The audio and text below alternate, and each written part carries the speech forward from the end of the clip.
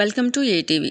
గుల్లపేట గ్రామం అంబేద్కర్ గారి 133వ జయంతి ఘనంగా నిర్వహించిన గ్రామ పెద్దలు, అంబేద్కర్ యువజన సంఘం పెద్దలు, చిన్నలు వారి ఆధ్వర్యంలో అంబేద్కర్ జయంతి వేడుకలు ఘనంగా నిర్వహించడం జరిగింది.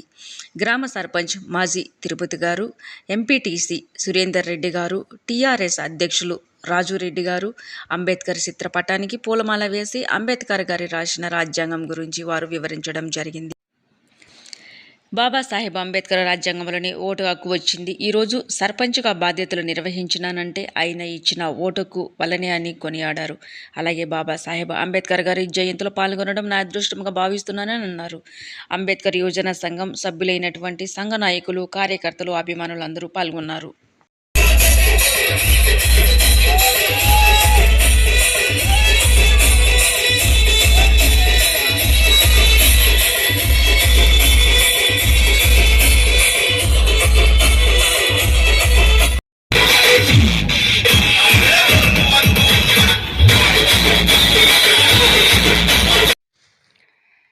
Thanks for watching.